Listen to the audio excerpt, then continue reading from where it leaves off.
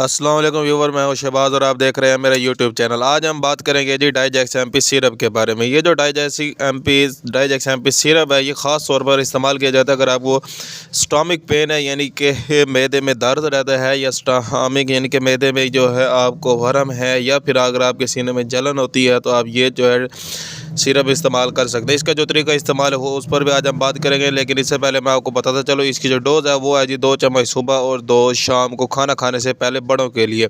इसके अलावा इसका जो तरीका इस्तेमाल है वो मैंने आपको बता दिया। इसके अलावा अगर हम इसकी कीमत की बात करें, इसकी कीमत भी कोई इतनी ज़्यादा नहीं है, थोड़ी सी इसकी कीमत है, यानी कि इसके 60 रुपये जो है एक सिरप की कीमत है। ये जो सिरप है, अगर आपके पेट में दर्द रहता है, या अगर आपको बदहज़मी है, या फिर आपको जो है जलन होती है, या अगर आप जो है मिर्च मिसाले वाले कोई भी चीज़ खाते हैं तो आपके सीने में जलन होना शुरू हो जाती है, तो आप ये इस सिरप इस्तेमाल करें, इंशाल्लाह आपको बेस्ट बेनिफिट मिलेंगे।